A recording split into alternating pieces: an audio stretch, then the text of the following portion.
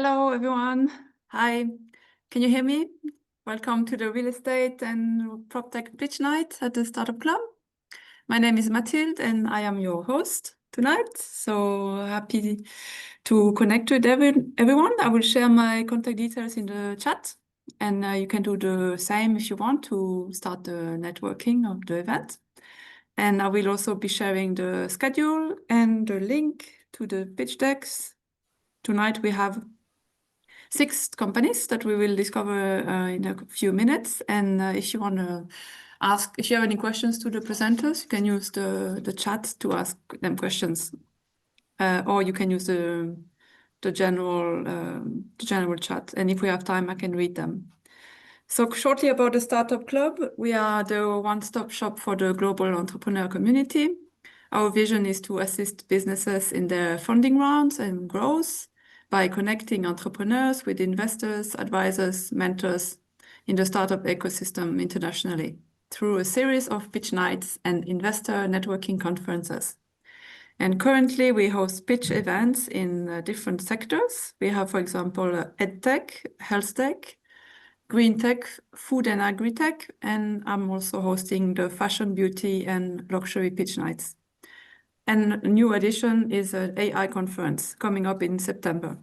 And I will be sharing links to free investor tickets also in the chat in a few minutes. So if you're interested, you can just click and sign up. So as I said, tonight we have 6 companies in real estate and PropTech. And I'm very happy to welcome them all tonight. So we have number 1 is Altius Capital with Jonathan Haas.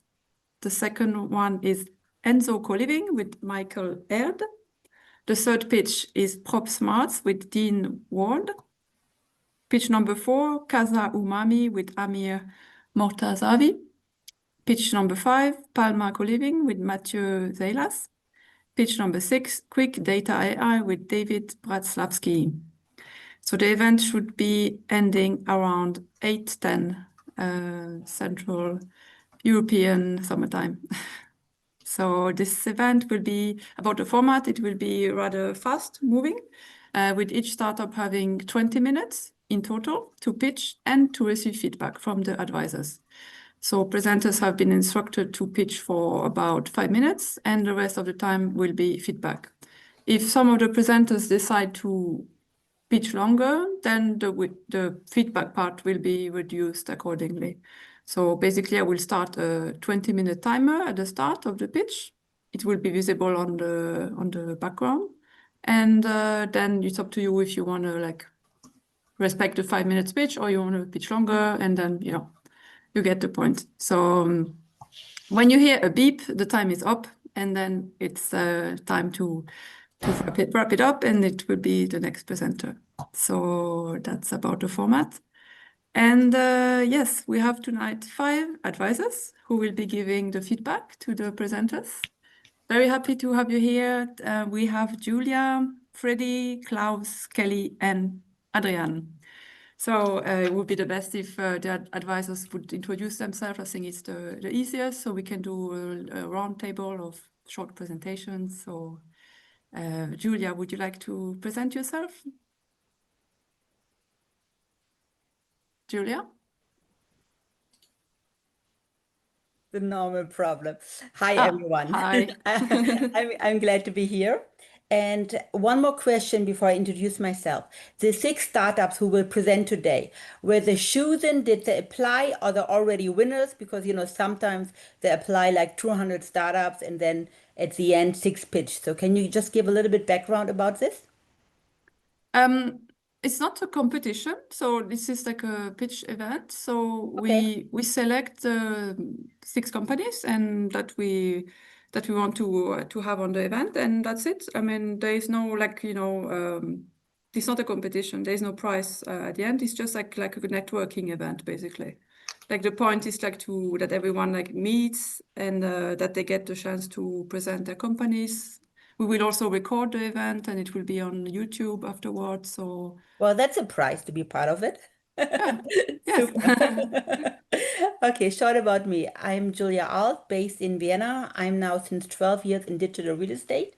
I have founded 5 companies, 3 event companies, the largest one in APEC. You might have heard about it, Future Place. Another one, it was Future PropTech. It's now called CreTech London. You might have heard about it.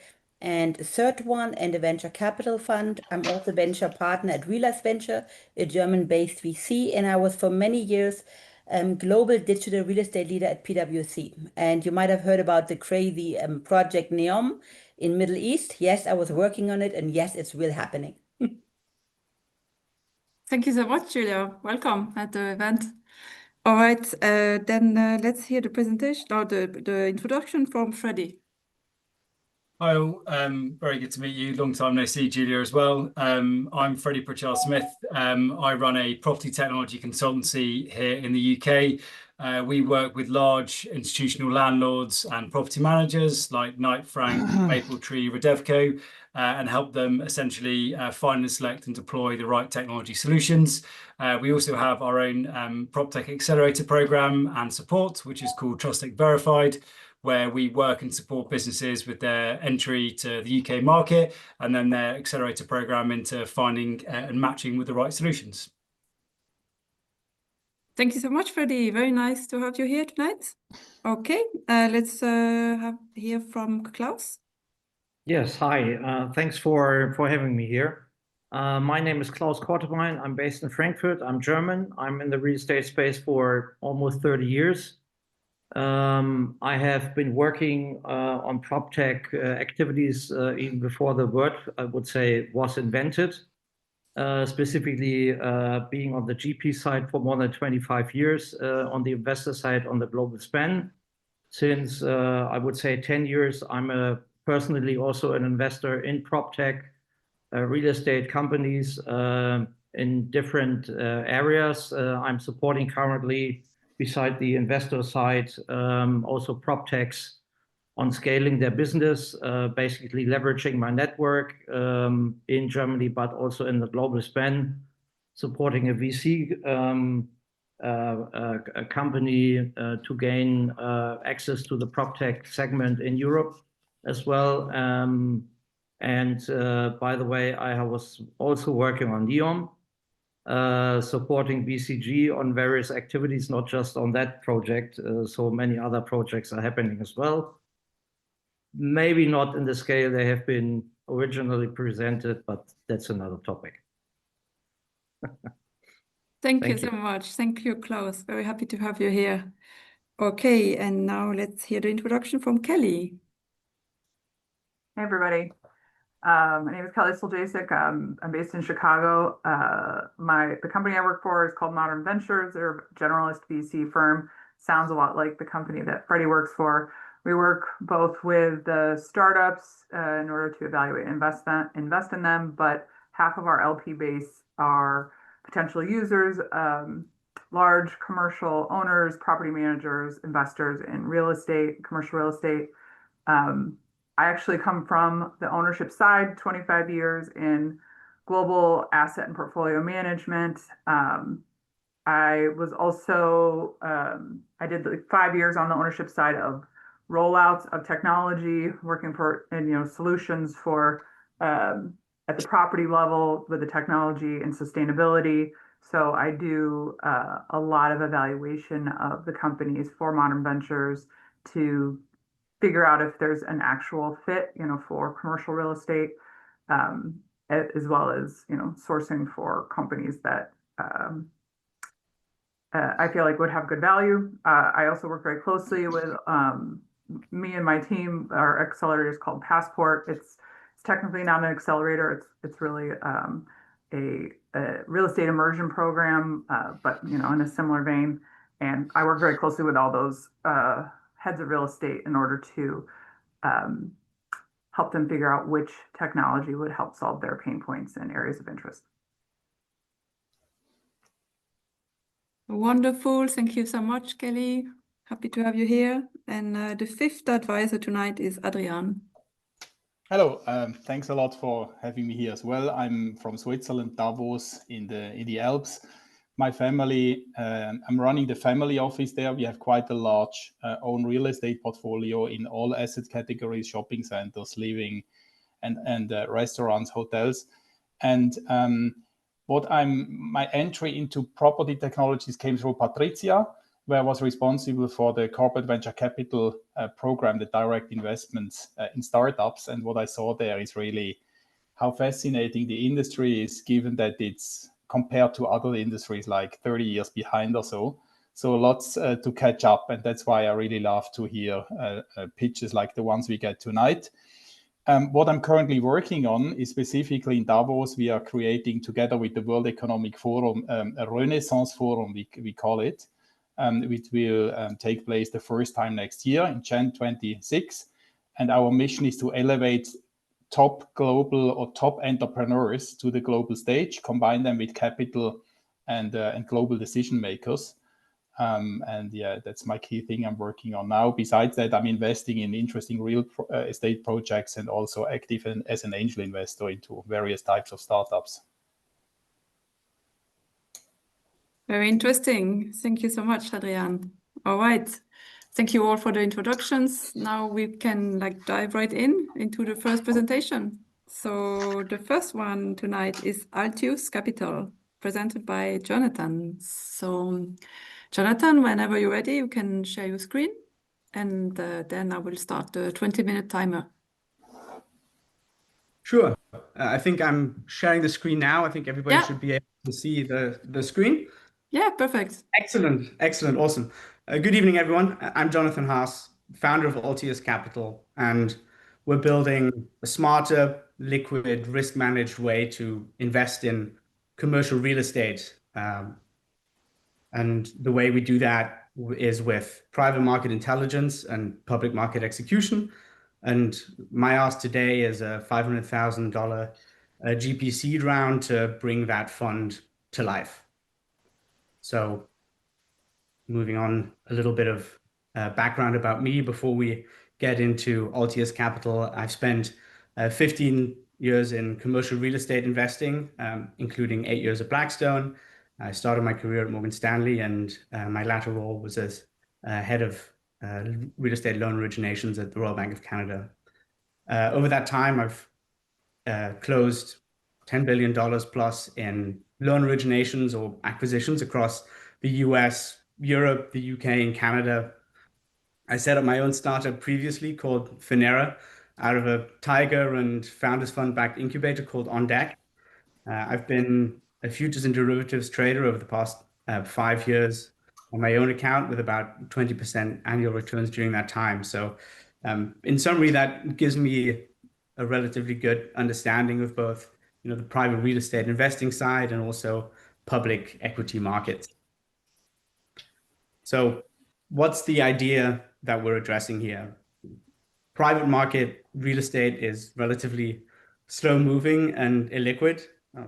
Public real estate stocks, REITs, are liquid, but they can be volatile and relatively prone to macro downside. And so we combine a private equity style market investment underwriting with public market signals to invest in listed real estate stocks with a systematic downside hedging built in. So what we try to achieve is resilient income producing exposure to real estate without the major drawdowns of public REITs or the lockups of private real estate funds. And to show a little bit of background, I love this slide. It showcases the issues right now with a summary of the recent news. Private equity is clogged with unsellable assets and unrealistic valuations marked to market by the fund itself. LPs want liquidity, income, and protection from the full downside, not another 5 to 7 year lockup. And IRRs don't really jive with the distributions that aren't coming in. And there's actually another FT article on the front page this morning as well, talking about US stocks versus private equity and the returns. Altius is built for exactly that. How do we do that? We have what we call our dual signal engine. So private equity style, private market indicators and public market ratings and valuations metrics to pick the best stocks in that sector. We protect that capital with derivatives that pay during macro volatility, like the one that we had in April, in 2022, in 2020, 2018, etc.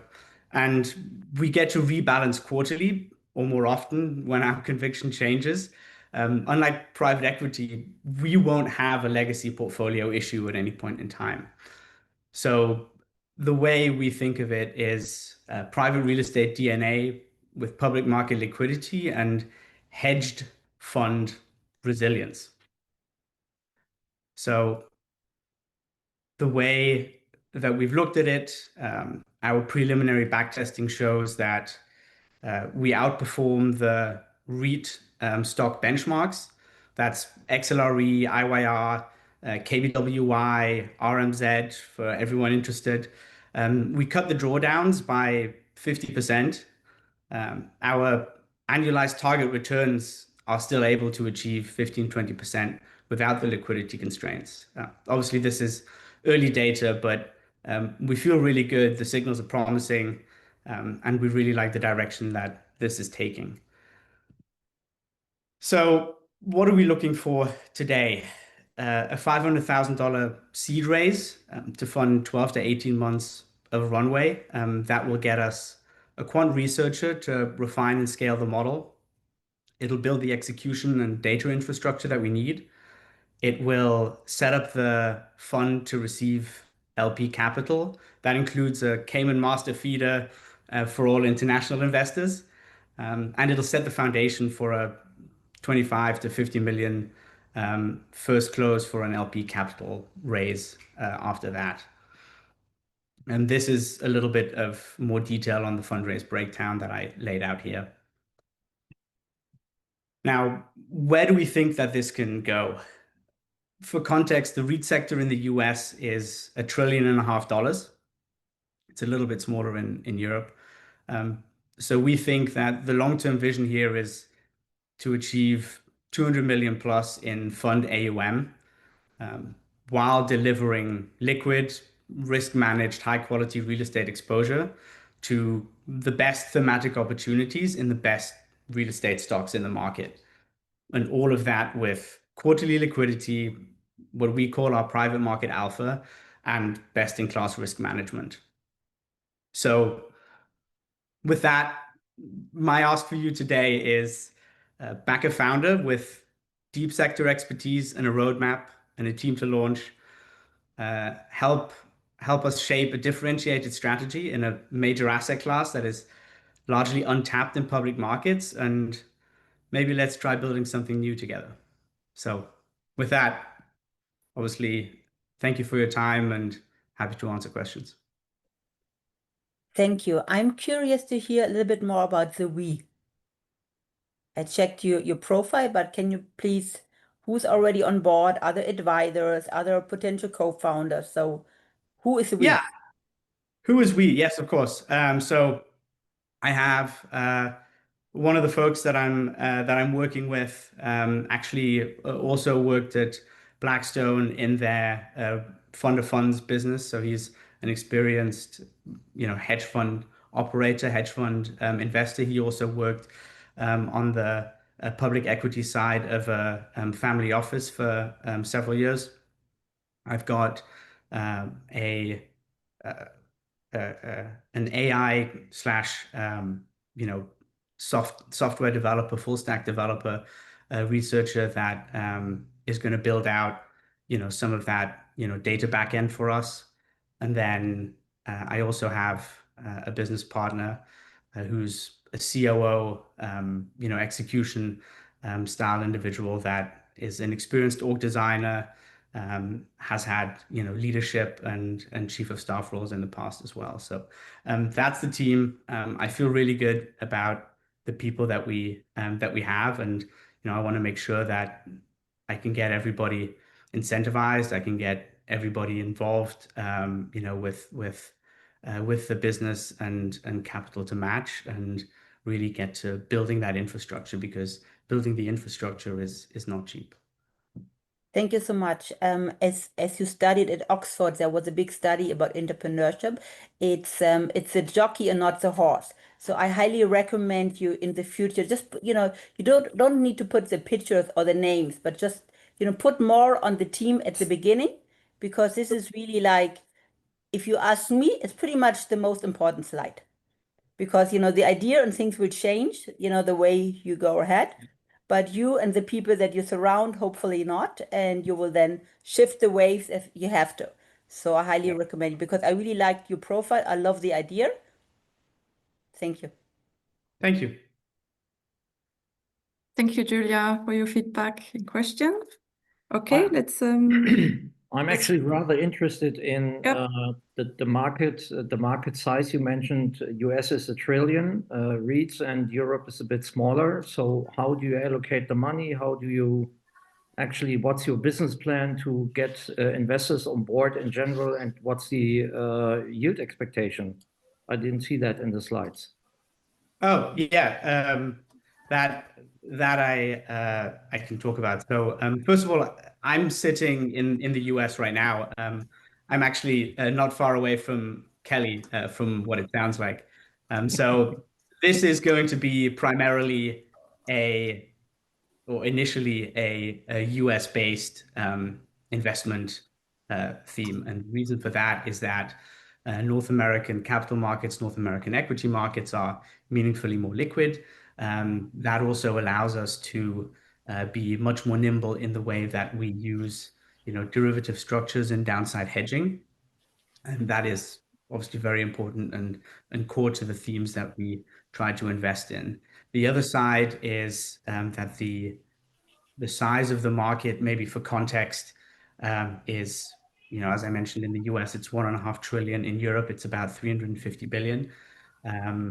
The commercial real estate market in the US is about 12 trillion or so. So, the reason why we feel really good about using private market data to inform our decision making is that 90% of commercial real estate is owned by private market investors, which doesn't show up in public market data. So that's that side of things. The way that we look at the returns is we think of it similar to an opportunistic real estate private equity fund in the 15 to 20% range. And the back testing that we've done so far, which has been done by a quant individual who's worked at major hedge funds, that bears that out. And so we feel really good about that as a target. And I think that covers all of your questions, Klaus. Yeah, thank you. Maybe some, sorry. Yeah. Go ahead. Yeah, Go ahead. some thoughts from me, Jonathan. Great presentation. I think excellent background with you from Morgan Stanley. I think the 500K, I would say, is quite ambitious.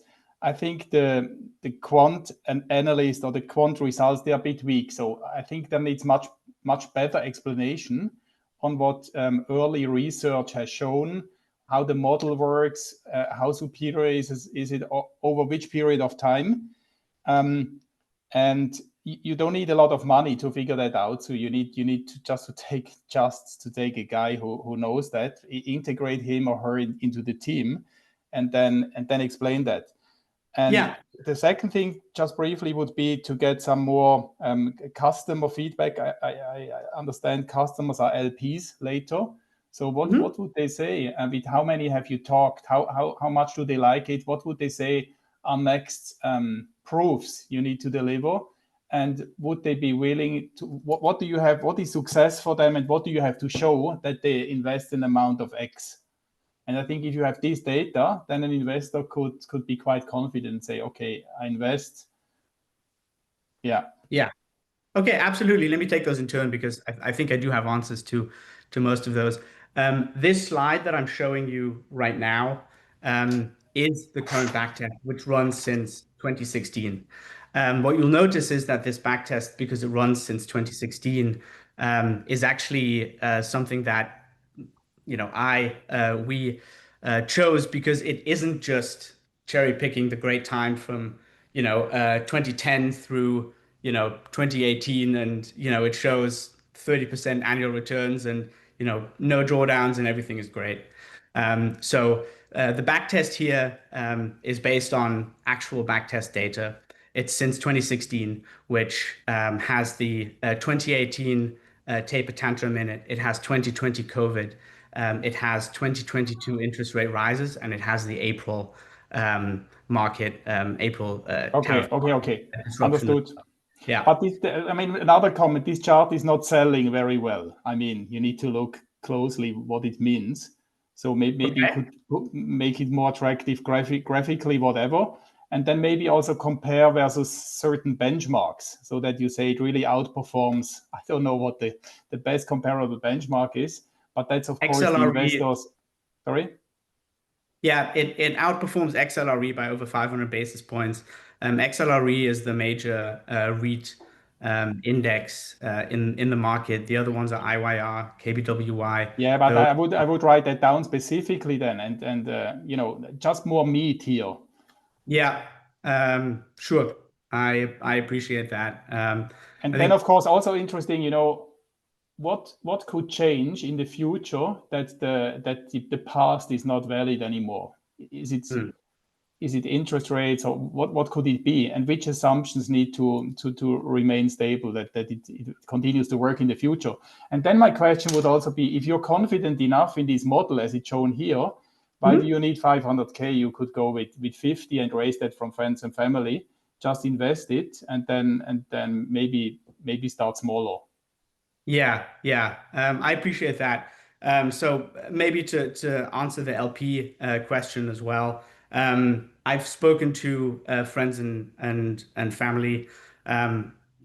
People are generally excited. I feel relatively confident in it. I'm also willing to put whatever capital I have into this strategy as well.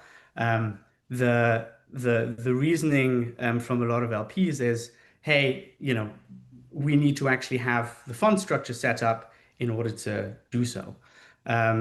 What I laid out here, as you will see, is what I'm trying to do in this fundraise, setting up all of these things, a Cayman master feeder structure, in order to set that up for a hedge fund so that international investors don't have to file a US tax return every year.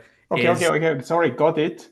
But so you're saying they already believe in the story, in the model, but it's just about these more or less administrative things why they don't want to invest. What I'm saying is that in order to set up the infrastructure, in order to take initial LP capital in, that is very expensive, right? That's because a hedge fund has these initial operating costs in order to set those up. The other side of it is that most of the larger institutional LPs want a 12 to 18 month track record, which is what this tries to achieve. And so once I have, this fundraise, this GP capital, which is not, for me to invest as capital, it's not for me to pay myself or anything like that. This is literally to set up the infrastructure. Understood. But you don't need this infrastructure to prove that the model works, I would say. Yeah, that's what the backtest is. That's what the backtest is for. That's what the backtest is trying to achieve. And so what we're trying to achieve now is to go from this is the backtest. We now want to take in initial LP capital to build the track record so that we can, over the next 12 to 18 months, reach institutional capital on the fundraising side. Okay, thank you. Sorry, we have only 2 minutes something left, and we still have two advisors, Freddie and Kelly, who should maybe one question or comment each, just to wrap it up. Sure, I don't mind going. I had 2 things. One, for the deck, you might want to, what I'm looking for in decks when I'm talking to a company, what I didn't see in your deck was like, what is your product going to be? Is it going to be a marketplace? Is it going to be a trading site? What is it going to cost the end users to use it? How are you going to make money? That kind of thing. So the visual of or the, description of what the end product is actually going to be, other than what it's just going to do. And then the cost on both sides, and the what you're going to make. And then the other thing is how does this type of investment for an end user compare to like investing in a daily traded REIT, where the liquidity is there? So, sorry, can you repeat the last part of that again? Sorry. How would, for end users, how would investing in utilizing your company compare to investing in daily traded REITs? So an end user wants to, make money, the stuff, the rationale that you used in this was the lack of liquidity and the risk. But with a daily traded REIT, there's liquidity there and there's the, lowered risk. So I just would make sure you have an answer to that when you're talking to people. Yeah. Appreciate that. So the first, what this is in its simplest form is a hedge fund. So we will take an LP capital, we will charge a management fee, and then a performance fee over a certain return for that. So the GP entity is the one who's going to take in the fees. The initial LP, the LP capital is going to be traded investing in effectively a concentrated basket of REIT stocks. And the way we select that basket of REIT stocks is using some of this private market data, private market insight, in order to inform what themes we like investing in. So if we deem that, for example, we like warehouses or industrial real estate as a theme, we will then use that and then move towards selecting the maybe 1 or 2 or 3 best REIT stocks in that sector to invest in and allocate that. And we will do that for all of the themes that we think are interesting over that period of time. So that's the initial product. That's going to be qualified investors and institutions. And the long-term goal for something like this would obviously also be able to bring this to retail in some ETF form or in some other effectively daily traded fund for retail investors. Okay, thank you. Thank you, Kelly, for a question, and Jonathan for the pitch. So the time is up now, so we will not have time to hear Freddie's feedback, but yeah, that's okay. Maybe you can connect later on and have your feedback over email. Thank you so much. Okay, we will move now to the second presenter of the evening, Enso Co-living, with Michael. Hello, everyone. Hello, Michael. Share my screen. Yep.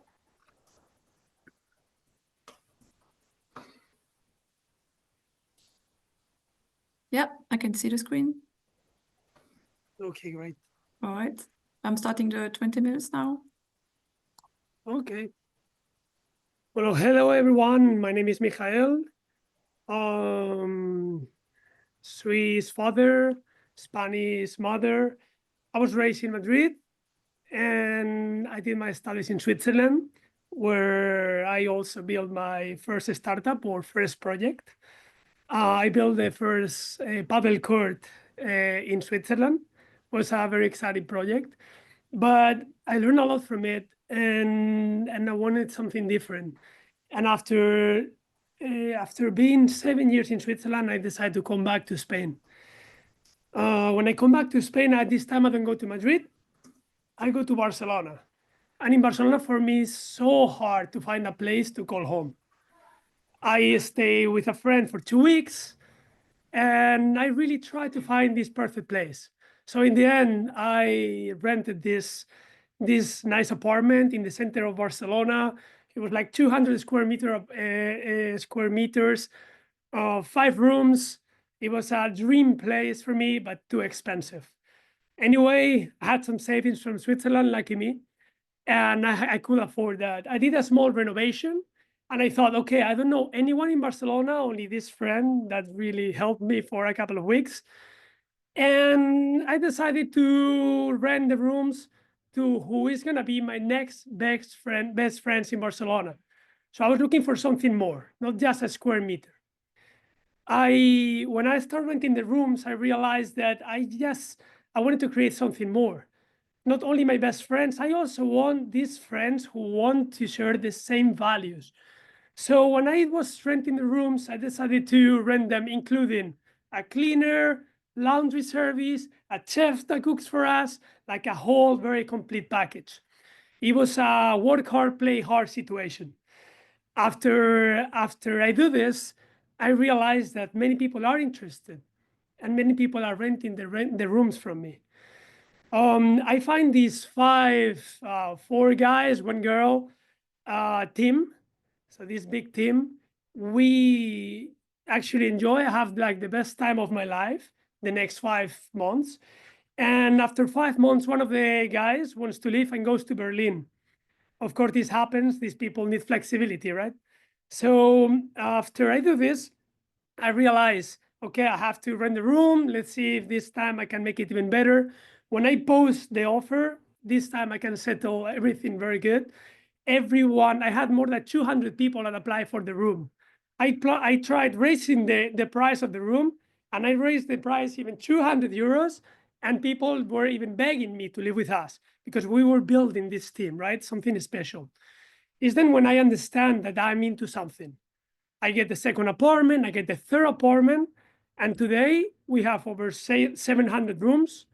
We have a revenue of over 6 million euros projected, 25% margin on this revenue, more than 100% occupation, because we have people in the waiting list every month who apply to live with us. Over 1,000 people actually who apply every month, different people who want to live with us.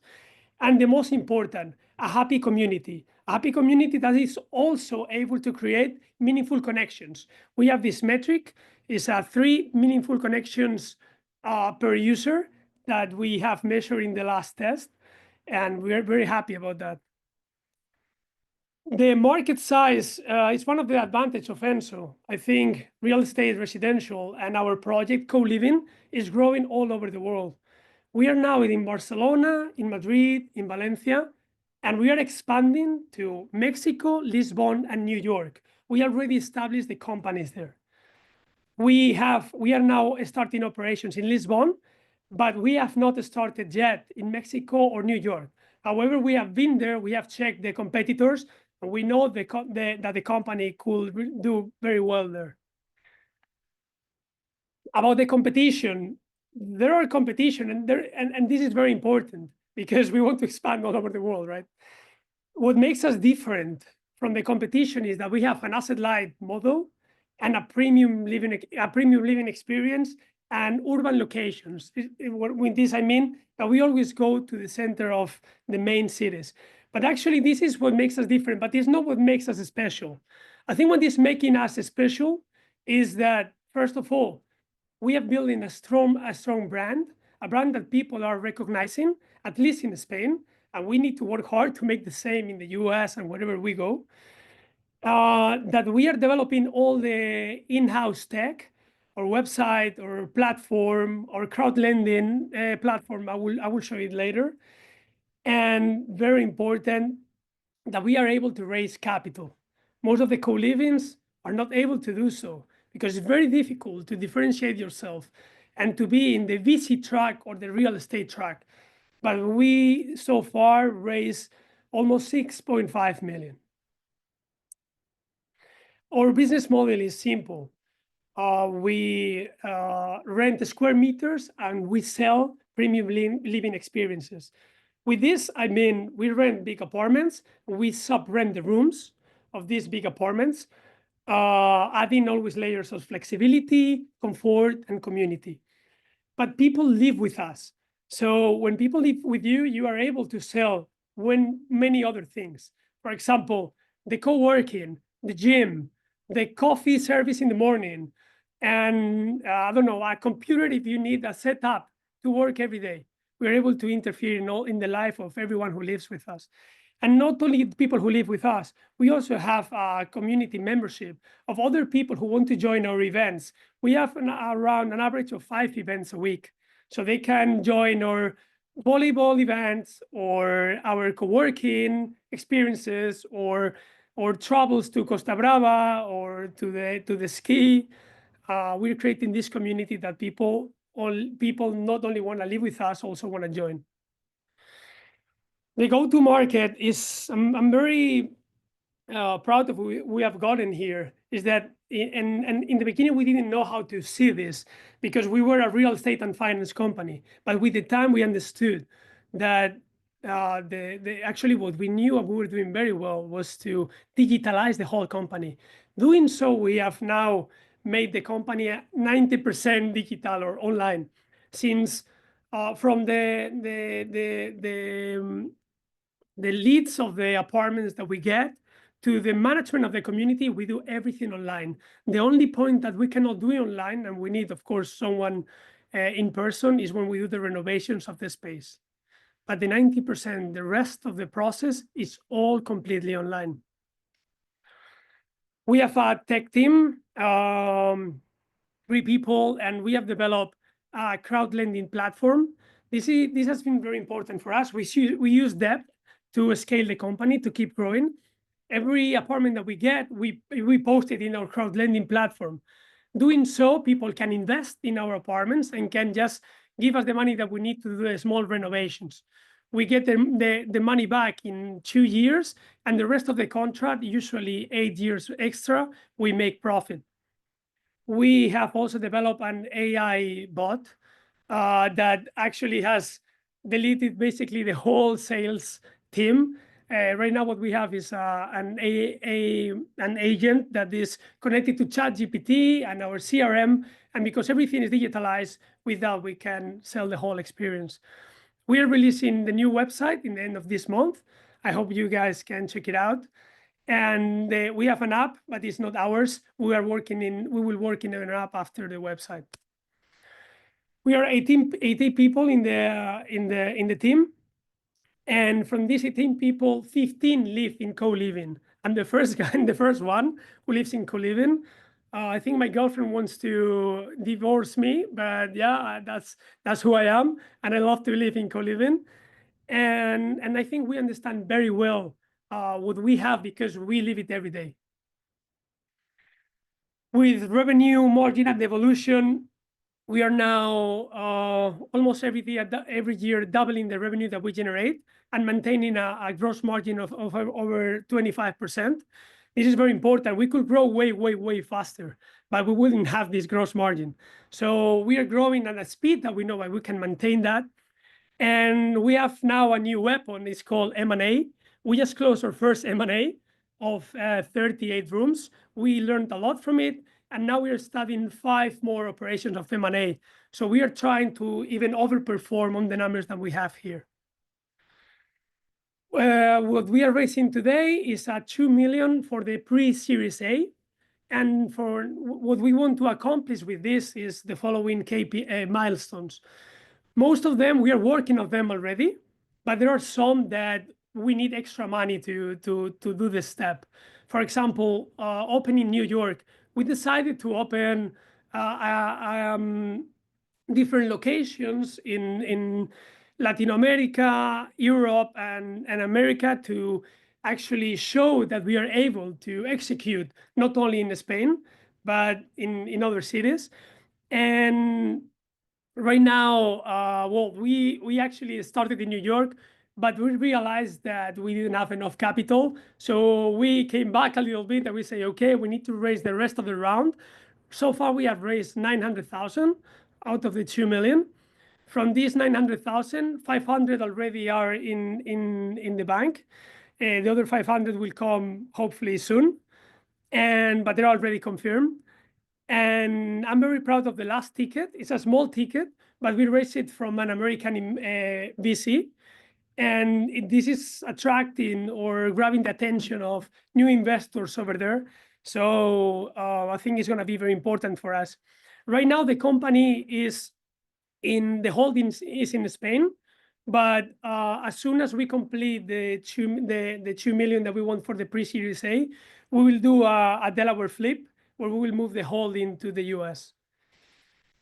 And thank you very much for your time. Thank you so much for the pitch, Michael. All right, let's hear from the advisors. Let's start with Freddie this time, who didn't talk last on the last Yes. Yeah, no way. I'll my questions for him on offline. Well, I suppose the first thing to say is, like, congratulations. That was a really great pitch and lovely way to always start any pitch with a story about your personal experience in it. And it seems like you've had a massive, rapid growth in it. And clearly the aspirations to go to North America is big, especially with the booming residential market.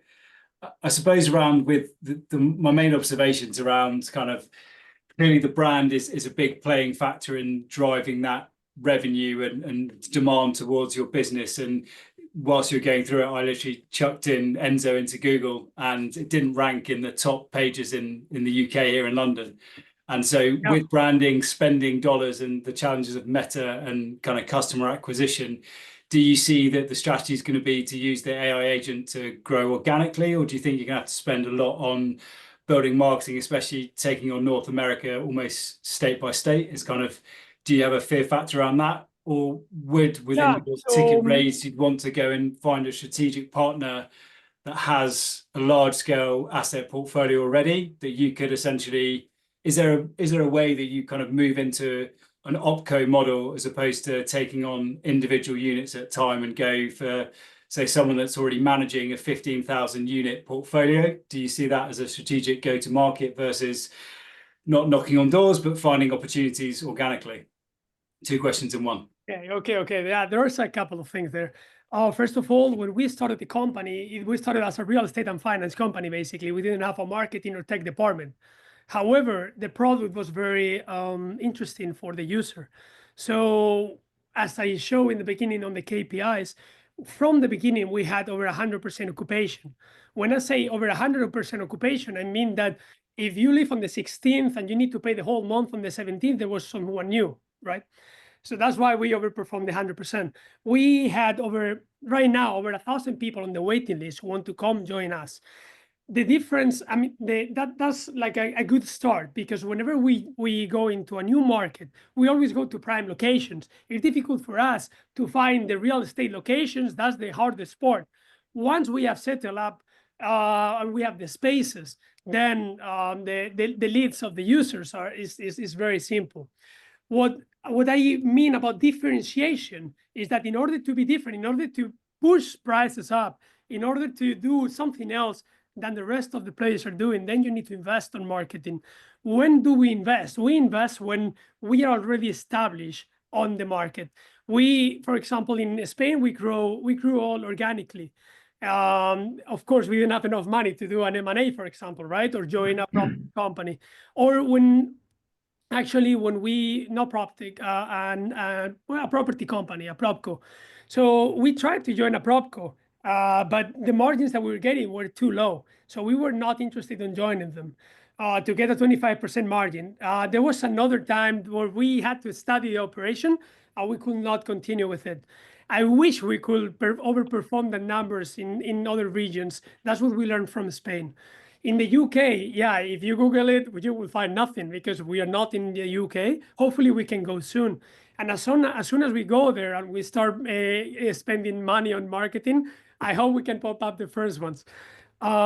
We work hard now on SEO for sure, but also, and I will say the main metric to know that if your brand is working or not is how many of the reservations that you have come organically or through other platforms.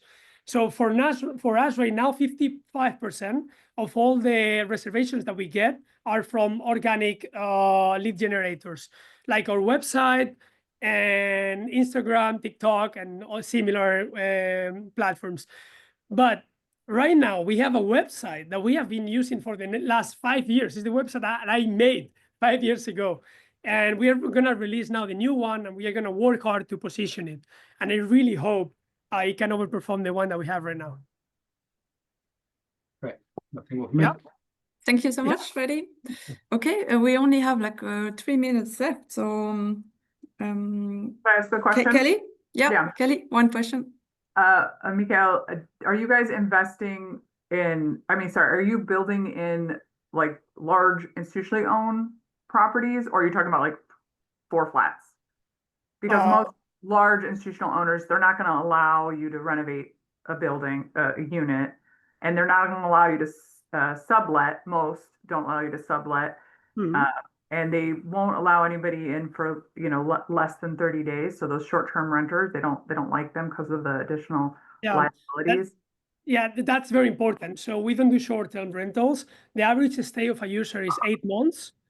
We don't do student accommodation either. So the average age is 30 years old, and 60% are women. This is also important because of the legal framework that we have.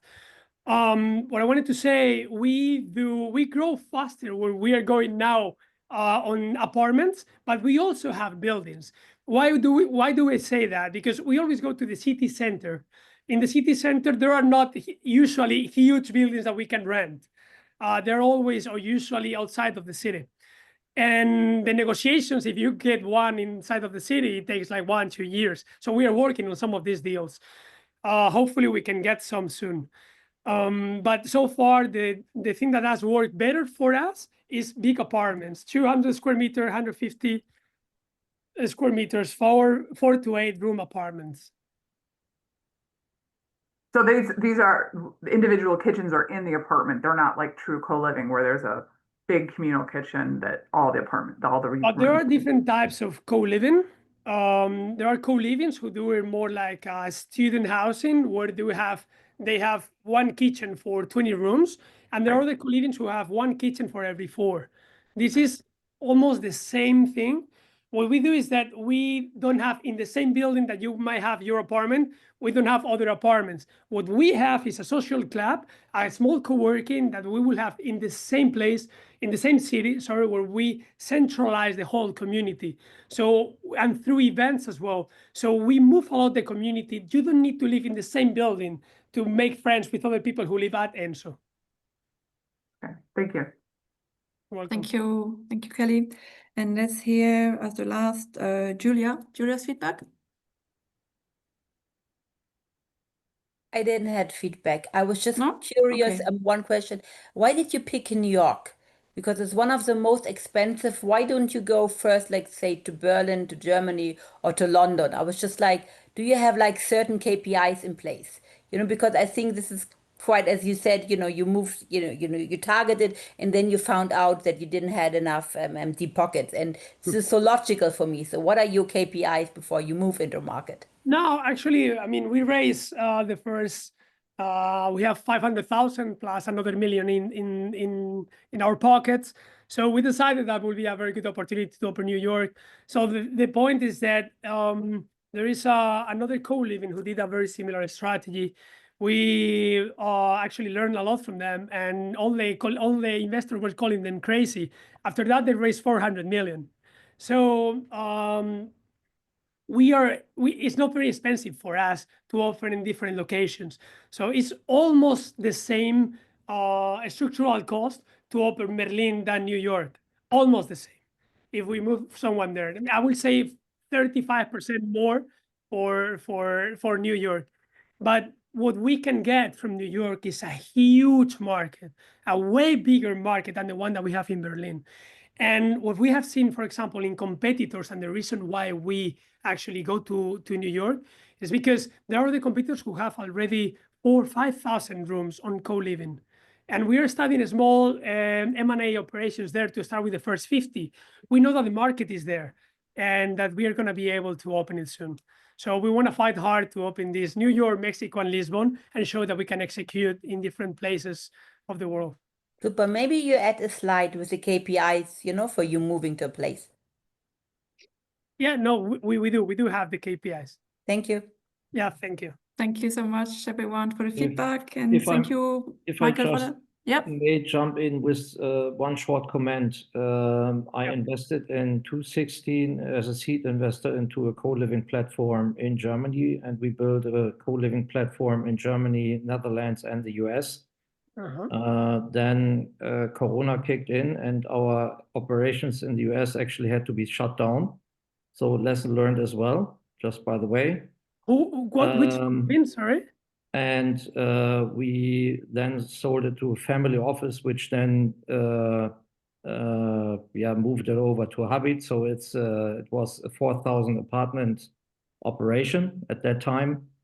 Habit is now owning and managing it, so we may just connect and talk a bit. And by the way, I saw that there's somebody on the call as well, which has set up a Palma Coliving platform. Yeah. He might be willing to sell his business or help you out. What co-living was it? Was it common? Habit, it was called Quarters Co-living. It was Quarters Co-living. Okay. Quarters, yes. Yeah, I know. And we sold it to Habit, yes. Yeah, I know. Well, you actually never really sold it to Habit, but it went bankruptcy. Yeah. And the reasons is that they were trying to grow as fast as the VCs wanted. The family office, we sold it to, they got bankrupt, yes, because they details, hired big ticket bosses, et cetera, and Corona. Yeah, sorry about that. Yeah, when you want to grow too fast, is what happens. Yeah, maybe you can connect after the call. Yeah, that would be. Thank you very much. Thank you.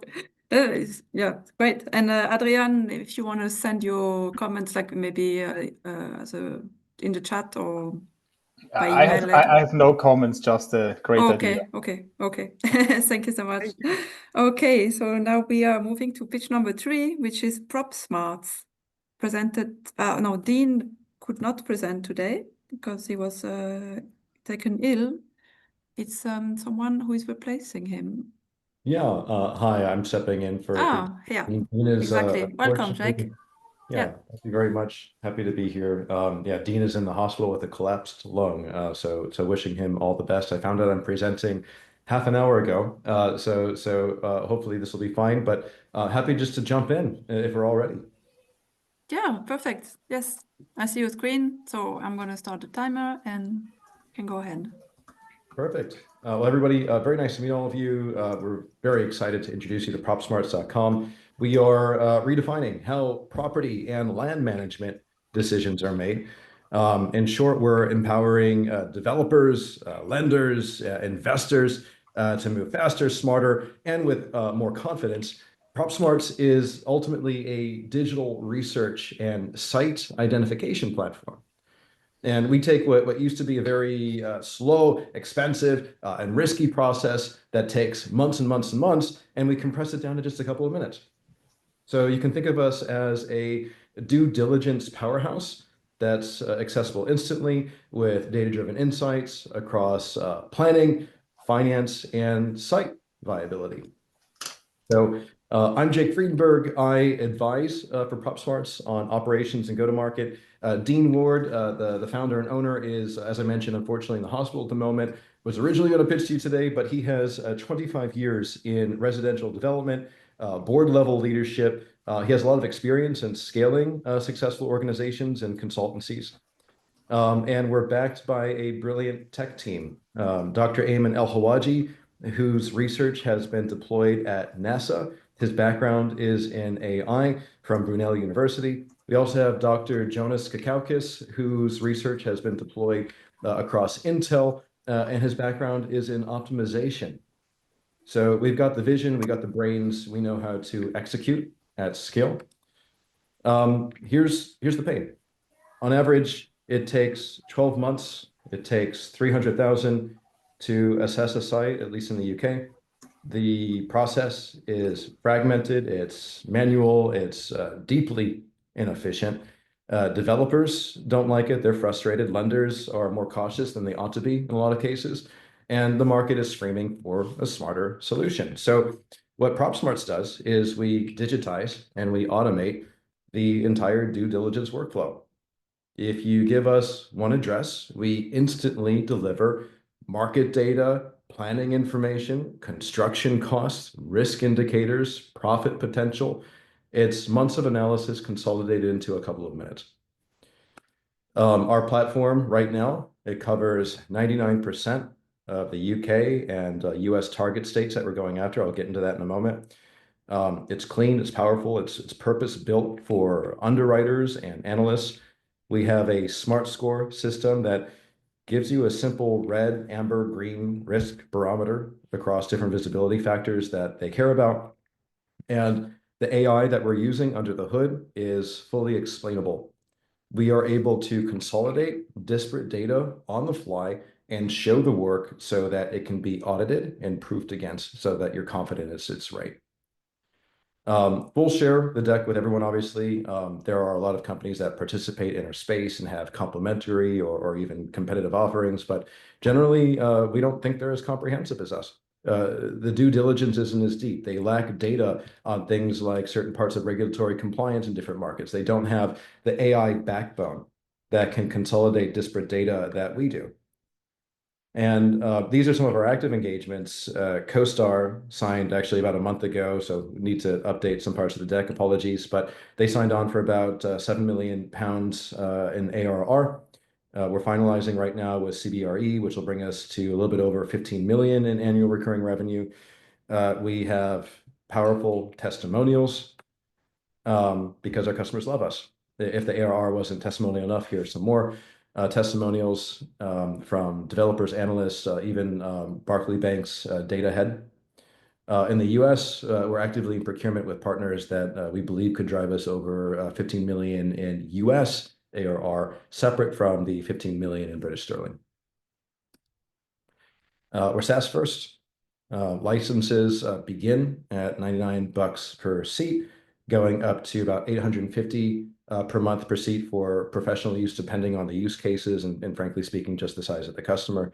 We're also developing an API to monetize through LLMs and GIS models, which we hope will open up new channels for enterprises and partner integrations and things like that. And we're rolling out in 3 phases with minimal viable product live in California, Texas, New York, Florida, with core GIS and zoning tools. Go-to-market and automated insights, which we want to, again, work on expanding nationally so we can work on having more premium analytics. We can have more resilient scoring, LLM co-pilots for strategy around land and things like that. We believe the US market alone represents up to about 2.5 billion of serviceable segments. A realistic 3 to 5 revenue target. Honestly, Dean's deck originally had this at 50 million ARR, but to be transparent, I was going through this over the last half hour. Given where we are on ARR, I believe his number is outdated. We're already approaching 30 million between 2 markets, not counting for exchange rates. So I think he needs to move his goalposts a bit when he's back from surgery. But needless to say, we're quite confident in this. We're developing smart partnerships. We have a region-by-region rollout plan, and we have exciting discussions in other markets in APAC, the Middle East, and Dubai, and a couple of others. We are raising 3 million on a 20 million valuation, but given recent ARR growth and some of the discussions we've been having, we are open to accepting more, but Dean would be the best person for that kind of discussion. But this will fund a lot of our US expansion. It will power a phase 3 of our platform for other markets, more premium analytics, more resiliency and things like that, and help launch our API suite. We're not just scaling a tool. We want to build default infrastructure for real estate decisioning across lots of different places. So if you're an investor, a lender, developer, PropSmarts gives you a lot of clarity, speed, and confidence that is just simply not available in any kind of automated fashion without deep analysis going property over property. We have a new path, and we're very excited to look at changing the future of real estate together with all of you. Thank you. Thank you very much, Jake, for the pitch. Okay, who would like to start with their questions? Maybe Adrian? Yeah, happy to jump in. Really cool idea. And I totally agree with your pain point definition coming from Patricia. It's the lead times you mentioned are exactly right. And it's a huge pain point. And I ask myself the same question now in the age of AI, where things could be done in seconds. Why does it take 6 months or so, right? Exactly right. So it's a huge thing. Now, what I see, we have this idea to reduce it to seconds or minutes, but what is the problem? And I think it's to change an organization, a setup in an organization. While we know it's the right thing, how can we turn it around? And I think there is the real risk or the challenge, how to bring these organizations to the new level. And secondly, the core about the whole thing would be the data analytics, I think, part, because with the rest, you're really in competition with Salesforce and other workflow tool providers, and newly also agentic AI that comes in a very agile way. So my question would be, first, are you aware of the complexities of enterprise software sales? And secondly, how would you compete against all these large companies that come in and sell workflow management tools? Sure. Yeah. So part of the underlying tech I can actually speak to in detail. So as I mentioned, I'm an advisor to PropSmarts, but a lot of the technology is actually built on my own company, which I can speak to in detail, which is the analytical backbone that PropSmarts is using. So ultimately, with data stored in disparate locations on CRMs and government resources and things like that, pulling that together is something that's actually quite hard to do. In the age of agentic AI and LLMs, you would think, can't I just go throw all of my data into ChatGPT and get a score back? I just have to go figure out the right prompt. But it's actually quite complicated. LLMs don't have the context window. If you ask an LLM, here is a simple math equation, can you figure it out for me? The LLM doesn't actually do that. Someone at OpenAI has literally bolted a calculator into an LLM that the LLM then references to understand how a math equation works.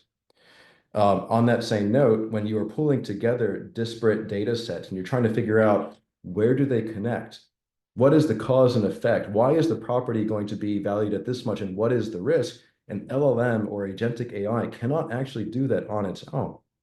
It needs to reference some sort of underlying decisioning infrastructure that is able to consolidate the data, figure out cause and effect, and come back with a score. So yeah, there are pieces of LLMs involved in this, but the underlying analytical infrastructure is actually proprietary technology that PropSmarts is making use of. It is unique in the industry, and it's the only reason that PropSmarts is able to do what it can and why nobody else can do it. So I can go more into the tech, but I don't want to bore everybody. Let's just move to the next advisor. Who wants to go next? I could go if no one else. Okay, great. So I was looking through your deck before, and you are only in, I think, 4 or 5 states, assuming you're trying to expand within the US. Most US developers, large ones at least, would probably want full US coverage, or most of the US. And you said you've gotten a deal with CoStar and CBRE. I'm just curious how they're working with that if it's not in all the places that they're developing. So those 2 deals are actually specific to the UK market right now. Oh, okay. Yeah. So, but to answer the other part of your question, why not just go tackle the whole thing? I think it's more about just rollout, and it's more of a go-to-market thing from the ability to process the data and to give scores. If we have the data, we're good to go. So if a US company or CBRE wants to be able to use you in the US, what would you give them as a timeline to have the rest of the US? I really want to defer to Dean on timeline to make sure that we have the data and the right partnerships there. But from the technical ability of the platform to consume the data and then to deliver results on that, it doesn't really require much overhead from us. The technology can consume this. There could be tweaks and things that need to happen, but this would be something that would be a couple of months, nothing serious in that case. And where are you getting that data from? That is also something I want to defer to Dean. Actually, the Eamon, the head of engineering, was supposed to be on the call. He might be stuck in the tube right now, but he would be a better person to answer that question. If it's okay, if we're within the time limit, he can probably answer that question. We can come back to it. Okay, thank you, Kelly. Who wants to go next? Freddie, maybe? Yeah, Jake, well done for stepping in late. I know how that can be sometimes of covering those things. So well, good for you. I suppose really for me, one of my observations about the scale up with CoStar and with the CBRE deal, like pending the ink drying, with going for the fundraise, the question we're seeing more and more people being asked about when it comes to kind of the legacy venture capital, like scale at all costs, and obviously some of the presentations have referenced that before.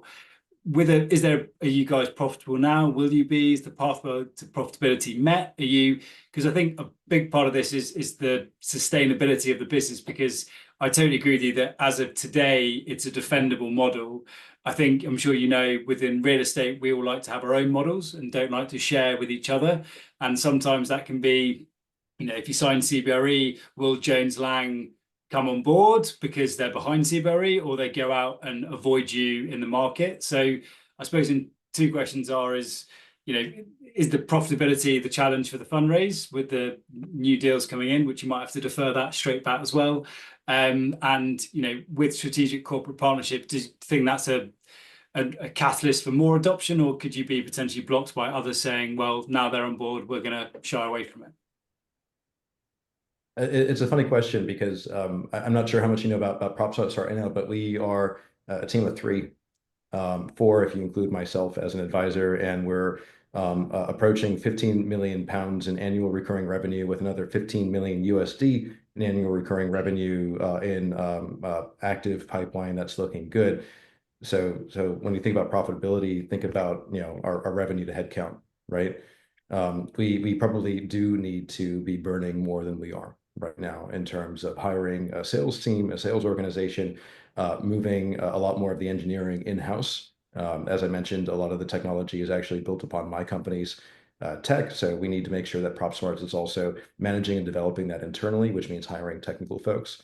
So in terms of that kind of burn, we're not burning enough. We have begun working on that full time.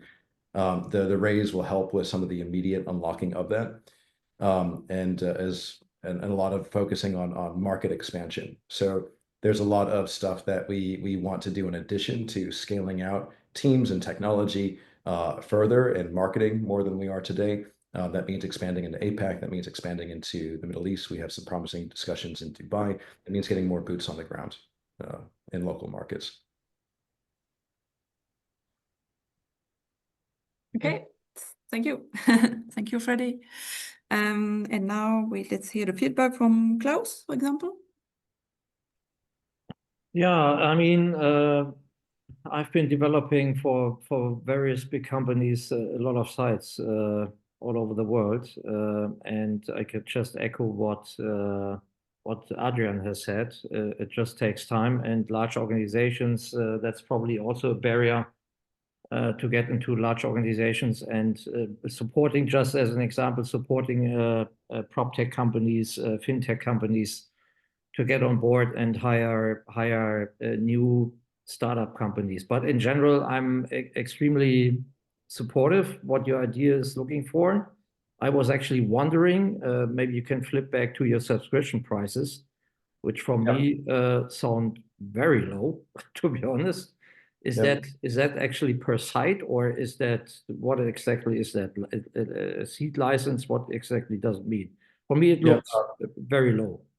Yeah, those are for people on seats at organizations like CoStar and CBRE. So they have hundreds of people per license, and this is a price for like individuals here. We don't have a lot of people doing $99 seats that are going into those numbers that we showed before. It is much closer to this right here, 850 per. So that's where that's coming from. And you said you're making how much revenue so far? With CoStar, that was at 7 million pounds ARR per year, or ARR is annual recurring revenue. CBRE, I believe, is a little bit shy of, I can't remember if it's shy or a little bit over 8 million ARR as well. So you must have a lot of people using it. Yeah. Wow. Yeah, basically these organizations just bought seats for everybody. Interesting. Okay. Yeah. Thank you.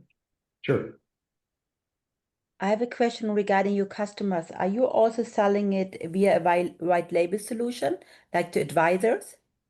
That's part of the plan, actually. So we do want to make this available via API. We're also looking at some other kinds of integration so that this can be white labeled into the applications that other companies are using. Absolutely. That's part of the longer term vision.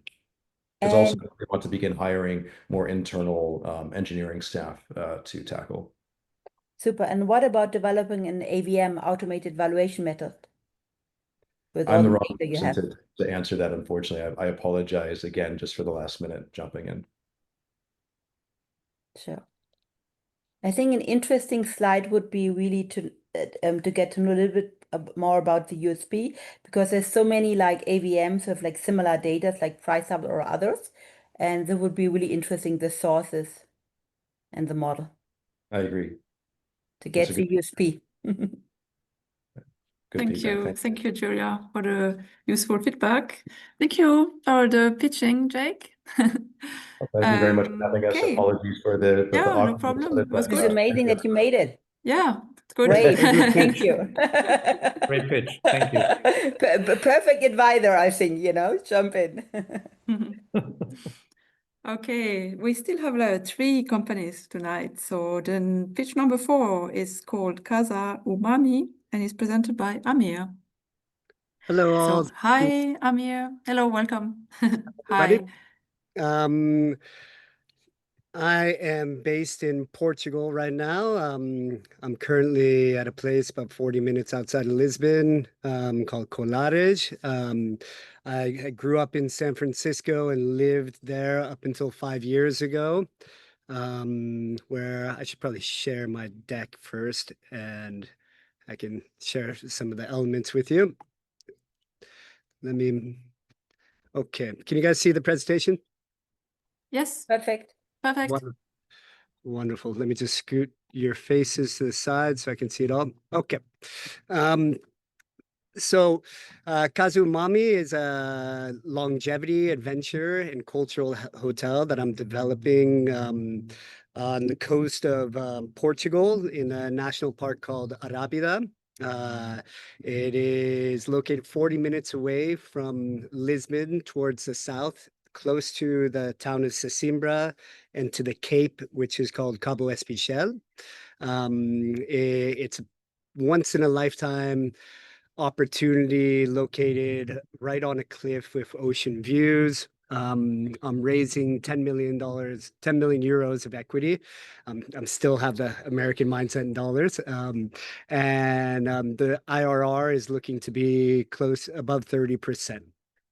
And these some renderings that I did of the building, which you can see the ocean views and the pool that goes on to an open space and towards a national park. Here's a kind of a driving direction from Lisbon Airport. You can see past Lisbon over the Golden Gate Bridge of Portugal, along the Almada County, through the forest towards the south-facing coast of Casa Umami. Here's a view from the sea showing the dramatic landscape that's nearby, and that you can hike to a private beach that is a hop, skip, and a jump away. There's some caves you can visit along the way to the beach, as well as some bolted rock climbing cliffs and biking trails and hiking trails directly off of the property. Here's a view of the existing building that has licenses for a 35-room hotel. It's very challenging, as many of you may know, to get the licenses and permits for developing in Portugal, especially in rural areas, close to the coast, and next to a national park, due to all of the various different agencies that need to approve of it, and the NIMBYism that occurs with neighbors and not wanting to change the landscape that's there. So this building used to be a former seaweed factory, where the local fishermen would go down by donkey to the beach and dive down, cut seaweed, and bring it there to process a byproduct of algae called agar-agar. And agar-agar is used predominantly within cosmetics and beauty products. And it's only because this building is existing there, these warehouses, that you can build a hotel there. And so we're not able to leave the footprint, which is about 1,200 square meters of this property. And in addition to this property, I've purchased a property behind it, which is zoned urban, that I am working on getting the licenses of. Since that area is zoned urban, we're able to get the licenses and permits within relatively short amount of time. They say by the end of the year we should have it. And what I'm currently raising capital for is a third parcel, a small home next to it that is in this area and continues farther back towards the road that has about 150 square meter home on it. And that property allows us to build an additional 400 square meters, so 13 rooms. And it gets us to close to 50 rooms for the whole hotel development. Here's a rendering of the rear of the property that my studio made. It shows these kind of nuanced walls that undulate similar to the rock cliffs that can be seen below. So it blends into the landscape when viewed from the coastline. Some additional renderings of the hotel. Meeting rooms I'll convert to yoga studios from the rooftop. It has massive ocean views. South facing Comporta would be over here and Melides on this coastline. These are the two phases of the hotel. You can see phase one over here, and then phase two, it would be this property right in here that adjoins these homes, and that's why this neighborhood, which allows it to be developed relatively easily. So a bit more about myself. I grew up in San Francisco and ran businesses there for 20 years. I had a develop, design, and build company, 3 separate companies that did all 3 of those functions, where I built and developed over $100 million of real estate in San Francisco Bay Area. Also had a construction company that built those locations and the design studio that designed the locations. The design studio has been featured in everything from Architectural Digest to New York Times, Design, Wallpaper, Forbes. I also started, I'm the co-founder and was the former CEO for 5 years of Canopy, which is a premium co-working space in the Bay Area with 4 locations. It's got the highest price point of any co-working space in the country.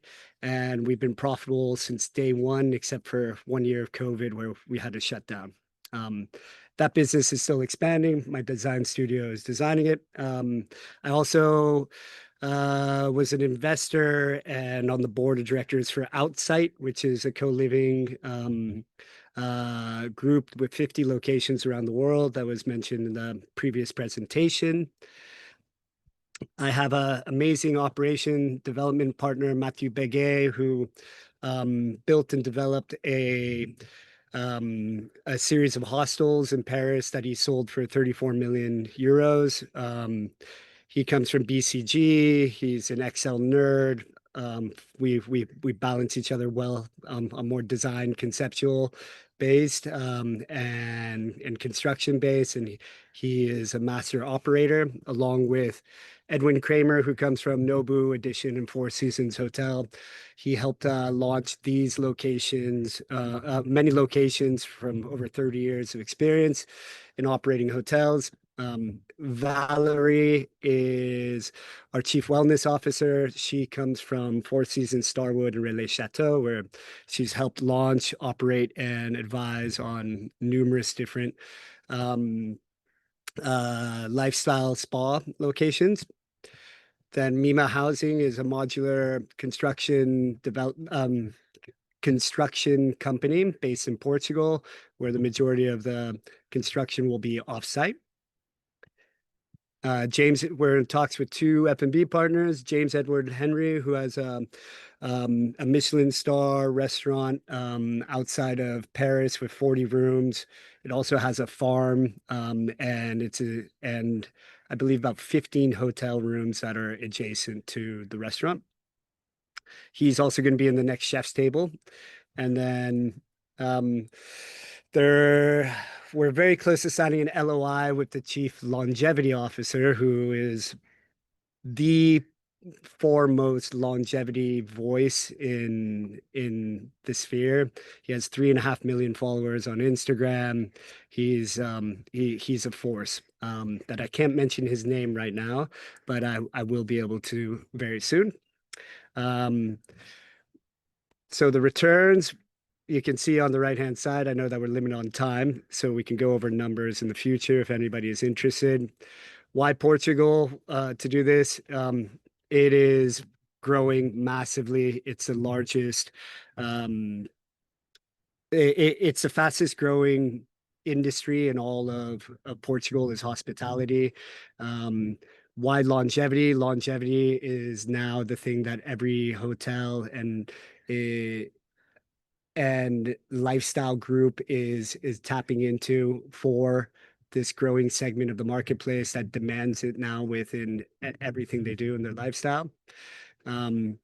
We will not only have longevity, but we'll have music and arts and culture. We'll have tons of adventure that you can do within 10, 15 minutes of the property, gastronomy, and really base this off of the core principles of the blue zones, which are places where people live up to 100 years old and beyond.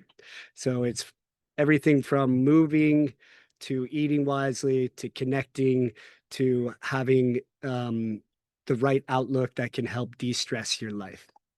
Thus, it's not like a Lanzerhof or a Meyer or a Shaw Wellness, which are very dogmatic within within their offering, where you have to have a strict diet and follow a rule while you're there. We really believe in teaching the principles of how to live a vital life, and not something that you'll do for 1 week as a fad and then go home and forget about it. See here some of the vitality longevity treatments that we'll have, along with gut health coaching, nutritional coaching, personal training, sleep medicine consultations, utilizing 8 sleep mattresses. We'll utilize technology like Whoop that people can use while they're there. We'll give back to the history of place that used to be a seaweed factory and use algae within part of our gastronomy, within our spa treatments, using algae-based textiles for the clothing and bath products as well. Sustainability and ESG is, part of our core principles as well. We're at Canopy, we're a B certified corporation that I helped launch. We will also work with Hope Zones Foundation, started by a group of big wave surfers in Nazare, to restore the kelp forest nearby, and then utilize the materials that are the algae harvested from the kelp forest to make sustainable building materials, as well as products from it that we can then use within the hotel and beyond. And here's some pictures of the surroundings, give you an idea of the location and some activities that we can do. These are all pictures nearby. And I'll lead you with this. This coastline right here is just voted as part of the UNESCO Biosphere Reserve. And Condé Nast Traveler voted in the top 50 places to go in Europe this year. We want to expand. This is just a concept. We're building a brand. We want to grow it beyond just this one location. And I'm open to questions. Thank you so Super, much. Thank you. Yeah, Julia, you want to start? Yes. Can you walk us through the numbers, like on one example? Let's, like this one. I would like to know a little bit more about the numbers behind. I totally believe in the region. I was just driving through with my younger son. We were renting a Tesla from Malaga and went all the way down up to Lisbon, so just, around. So we were driving through. What a gorgeous area. I totally, it was just amazing. We stayed very close to the place. And secondly, also, it's really like you might have heard in Germany, in the German-speaking countries, Lanzerhof. Of course, It's like I this for mentioned longevity. Lanzerhof, Meyer, Shaw. Yep, I know them well. Yes, so I'm always amazed, but several of my friends, they're all willing to pay this 10K per week and go there a month. So I totally see the trend in the area, and super. Yes, thank you. Yeah, Can so you you can see the numbers on here. I mean, it's a Mhm. hotel development. It's Sure. quite complex. I have a 15-page Excel spreadsheet to go over everything from the operations to to the bank loans. But in terms of the ADR, we're looking at roughly 400 euros a night, which I think is quite low, and that's in 2031. So 6 years It from is. now, As I I think said, Lanzerhof is 10K per week. exactly. So I really think we can probably double those numbers, but I put a conservative 400 euros a night because there is no comparison here in Portugal, and the only comparisons we can show are really the other hotels in Portugal, and most of those are pushing the luxury, highly amenitized hotels. Six Senses averages 1,400 a night, but it's Six Senses, so it has a very well recognized brand. There's Sublime and Comporta. There's Quinta de Comporta. They're around 800 a night. Athos just launched in Ericeira, which is a much colder, windier location. That's around the 400 night today, and it's not as amenitized. So we're quite conservative on the ADR. The occupancy we put at 66% in 2031.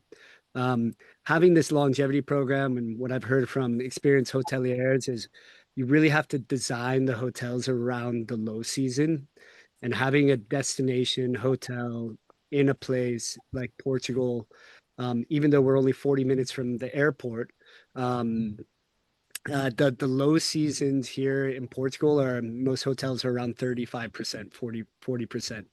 And many of them also close for 2 months in the winter because there's just no point of staying open because operational costs are higher than the revenue that comes in. So having these 2-week long programs where we can focus on marketing them towards the low season and bringing in people for 10,000 a night is one of the reasons why we decided to create this longevity concept in the first place. And our goal is to push the occupancy well beyond 66%, but we're just using benchmark data of what occurs naturally in Portugal right now. Thank you. And the investors in this one project or in the overall brand, like as a... Yeah, so there's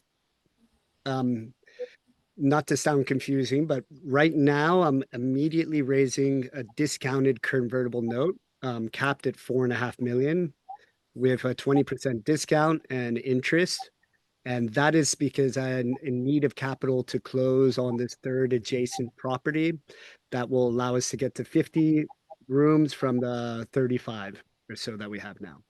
And that I'm in immediate need for. Then I'm also raising 10 million in equity to do the full development. And that it goes into the PropCo. The OpCo, which is a brand, doesn't really need any capital right now. It's the PropCo that needs it for the development aspect.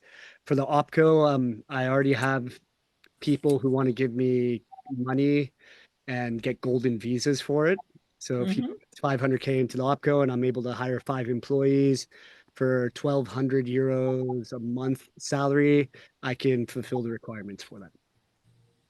So those are the 2 rounds I'm raising for right now is a quick convertible note for a discount and the overall 10 million. Thank you. This answers my question because I would be interested in the brand. Wonderful. And we can discuss that in the PropCo as well. If you invest in PropCo, we can give you equity in the brand in OpCo. Thank you. As well. Maybe a short comment from me. Ami, a great presentation. It's funny because I'm involved in a similar project in Sintra in Portugal. Ah, cool. In a hotel project, and it's quite the same concept. So we plan a huge health and well-being activities, including ozone therapy and other stuff. So I know the space a bit. And one issue there is that it's a World Heritage site there in Sintra. And what I learned, it's really difficult with the bureaucracy there, and also a little bit of corruption sometimes. So it's a different market. It takes time. And then the other thought regarding financing, I'm not sure if it's a real startup, VC type of thing, So I'm mostly in contact with private equity companies and family offices. If you want to share more, we can do it separately. So I'd be very interested to exchange thoughts on the project and the mutual learnings. Yeah, I'd enjoy that as well. I'd love to learn more about your project in Sintra. I'm in Colares right now, so I can see Sintra and the castles from where I'm sitting. Cool. Thank you, Adrian.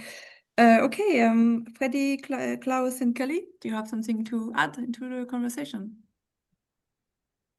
I'm good, thank you. Okay.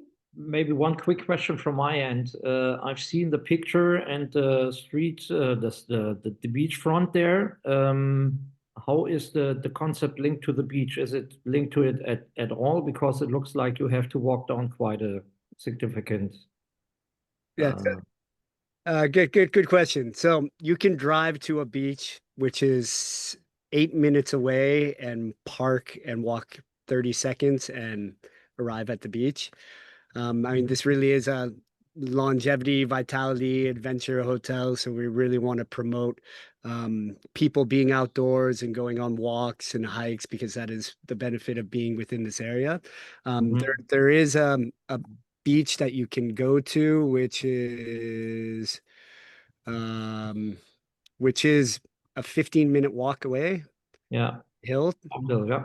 Yeah. And they're also around here. You can drive 15 minutes. The beauty is it's on a peninsula. So there's the other side. You can see the ocean up here.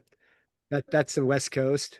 And then this south coast. Okay. There's like 20 beaches along the north coast you can go to, another 50 on the south coast within a 30-minute drive.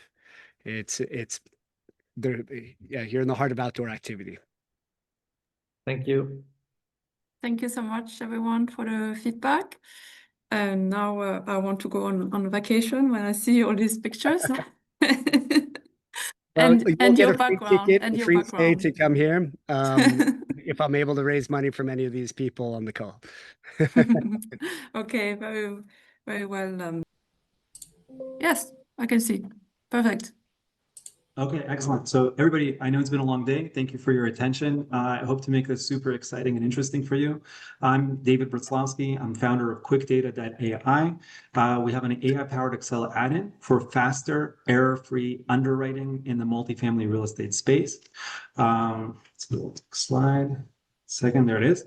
So what's the problem that we're solving? Anybody who's done multifamily real estate underwriting knows that really the most time-consuming, error-prone, and tedious part of the process is when you're the investor and you get the financial documents from the broker that is representing a certain multifamily property, then most of the time that you spend, quote-unquote, analyzing is really extracting data, copying and pasting data from those financial documents into your underwriting model in Excel so that you could actually analyze the property. So it sounds fancy and sexy, analyzing, underwriting, but really, if you break it down, 90% of the time is spent copying the data from those documents, specifically the rent roll and specifically the T12 operating statement. So you're very familiar with those two documents if you're in multifamily real estate underwriting.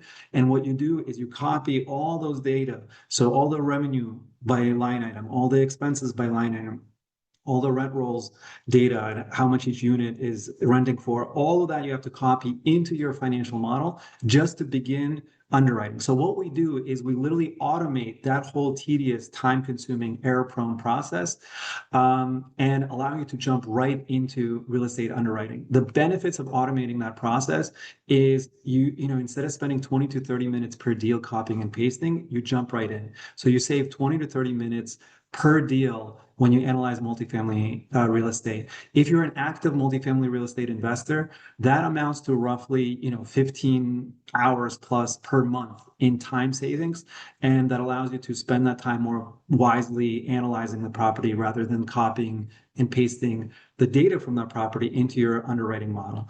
And it cuts down on human error because now you've automated the process with our sort of data extraction engine that's a lot more accurate than human copying and pasting, which is error prone. So those are some of the benefits. How does it work? So I'll show you in just a minute. I prepared a video. Let me just move this down 1 second. I've prepared a video. But basically everything works within Excel. Why Excel? Because 99% of the time in the industry, Excel is still king. In terms of how people underwrite multifamily real estate. They have their own financial model set up in Excel, and everything is done within Excel. So what do? We allow you to upload the documents, the rent roll and the T12 operating statement directly from Excel. We crunch that data, extract it, parse it, categorize it, and then drop it right back into your financial model in Excel where it needs to go. So you could jump right into analyzing the property. And so that saves you literally, instead of 25, 30 minutes underwriting a property, now you could do it in 2, 3, 4, 5 minutes. Okay, let me show you exactly how that works. There it is. So this is a short video. Again, I skip over some of the intermediary steps, but you could open up Excel. And again, if you're a multifamily real estate investor, this process will be familiar with you. You upload the rent roll. You select the sheet that the rent roll's on. We crunch the data, and literally in 2 seconds, we import that data into your Excel financial model using this template. What you're looking at right now is the unit mix summary. And if you're familiar with, real estate investing, this should be, pretty familiar sort of step in the process. This is a summary of what each unit rents for at the property. And this is exactly the inputs that you need in order to analyze this property for investments. And we literally summarize the entire rent roll document for you. And you're then able to link this data into your Excel financial model. So the next time you want to underwrite a different property, you upload a different rent roll. And because this data is linked to the rest of your financial model, you're able to then, populate your entire financial model just by uploading the rent roll, and after you've set it up just one time. So the template that we use, that we incorporate into your underwriting model in Excel, also includes the total summary. So now you know that there's 40 units at this property, of which 39 are occupied, generating 23,000, and change in monthly income. In addition to that, it's 715 is the total government subsidy, et cetera, et cetera. So this is, again, if you're familiar with multifamily real estate investment, you know that this is the data that you need in order to underwrite this property. And we automatically generate that data from the rent roll that you upload in a matter of seconds. And we also include the raw data from the original document in here, so you could double check anything or alter anything that you need to, right? So you're always in control of the data. We just automate the process of copying and pasting for you. Okay, so that's how we handle the rent roll. The other document that's very important is the T12 operating statement. T12 stands for trailing 12 months of operations. Again, you're familiar with this type of document if you're into multifamily real estate investment. Again, you upload that document, and right away it inputs the data and summarizes it by category into this Excel financial, into your Excel financial model.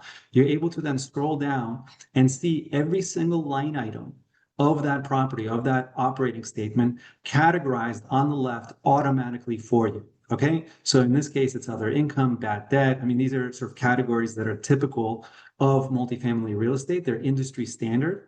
And so, you're familiar with them if you're in multifamily real estate investment. Again, make-ready costs, contract services, repairs and maintenance, et cetera.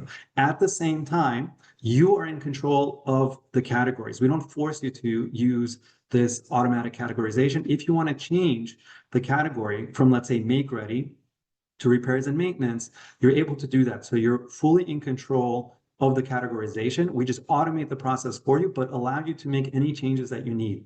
And after that, you scroll up, and all of the data from the operating statement is automatically categorized for you by revenue category, right? And by expense category. So if you see in the bottom left, the payroll is $225,000 per year, advertising and marketing, utilities, et cetera, all the categories that you would need in order to underwrite this property are automatically categorized for you. All you have to do is upload the operating statement, we crunch everything, populate this template, and you're able to then input this data or link this data to the rest of your financial model in Excel. And anytime you upload a new operating statement, that new data automatically populates to the rest of your financial model.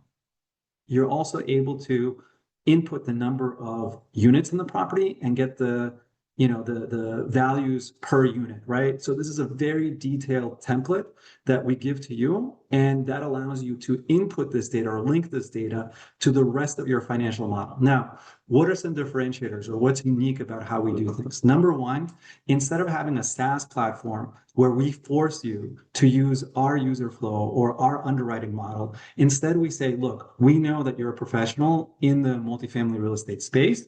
You probably have your own financial model, right? And so we're able to work in any financial model or any underwriting model in Excel and link it to your preferred model. Now, if you want to purchase our model, you're also able to do that. We have one available, developed by my colleague, Craig. But if you prefer your own financial model, we're able to link with any underwriting model that you prefer to use. So that's advantage number one. Advantage number two is you're able to work directly within Excel. You don't have to go and log into a separate SaaS platform or anything like that. We know that most underwriting happens in Excel, so we allow you to do everything without leaving Excel. Super, super convenient. And obviously, three, we automate a large step of the most time-consuming process of copying and pasting data, which we automate efficiently and accurately. We give you, some additional capabilities, changing the T12 to a T3. Again, if you're in multifamily real estate, you know exactly, what we're looking at, and we summarize all the categories for you. Okay, so that's that. We have some customers working for us already. I would call them sort of more beta users that are giving us exceptional feedback, and they're pretty happy with it. Again, why customers choose us? So number one, it's a huge time-saving tool, right? Most of the time that is spent underwriting real estate is spent on copying and pasting data from financial documents into your underwriting model, and we fully automate that process for you. We reduce the number of errors, which, if you're copying and pasting manually, you're prone to do just as a normal human, and we reduce those errors so the data is much more accurate.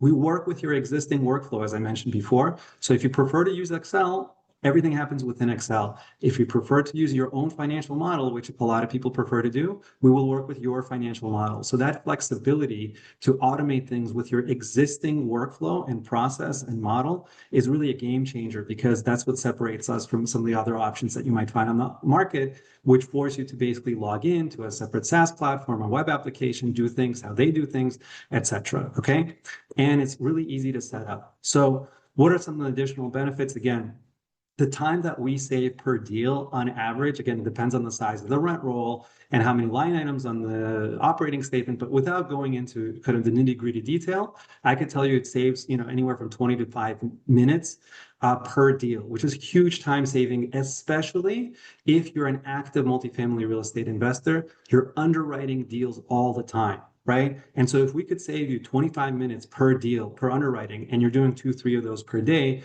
I mean, we save 15 hours per month, 20 hours per month easily just with this tool alone, right? And there's no manual data entry. So you're not allowed, but you're able to jump right into the analysis, which is really what you're there to do, rather than this manual time-consuming step of extracting data and plugging it into your financial model just so you could begin analysis. So that's really the sum of the product. There's a few slides missing because originally I developed this to be consumer-facing. So I will talk very briefly about just our team. We have an exceptional team that has developed this deep tech. Our lead engineer, Tejan, is in California. He's an AI ML expert. We've developed our own proprietary data extraction engine. Originally, I thought, we could ask just ask ChatGPT to extract data. I found out the hard way that there's a lot of hallucination when you're asking LLMs, and that just doesn't work to extract data accurately. So we built our own proprietary data extraction engine that is super, super accurate. We have a commercial real estate analyst, Craig, also in California, he's just like a savant in multifamily modeling and has developed a lot of the Excel templates that you were looking at today. We have a backend engineer based in the UK. We have an Excel add-in engineer based in Germany. So it's a US/European team. And we have Max, who's an exceptional sort of web app developer, our intern based in Michigan. And then there's myself. Just very briefly about myself, my background is in technology for the last 10 years, developing custom software solutions. But for the last 3 years, I was underwriting multifamily real estate, mostly because I wanted to invest myself. And I was thinking, well, how do I invest? You get the offering memorandum and you see all these charts going up and to the right. They roughly promise, the same thing. How do I really know how to underwrite multifamily multifamily real estate investing. So I called up a good friend of mine, and he's a successful real estate fund manager focused on multifamily real estate. And I told him, listen, if you teach me how to underwrite multifamily, I will then come into your office and underwrite every single property you have for you for free.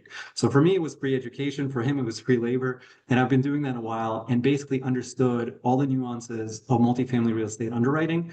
And so as we basically developed, as the artificial intelligence / machine learning sort of advancements happen, I realized that we could leverage those advancements to automate real estate investment underwriting without sacrificing the control of the end user to use their own model, their own process. We just automate the most tedious part of it, right? So that's kind of the balance that we found. We just launched in beta about 2 weeks ago. The feedback has been phenomenal.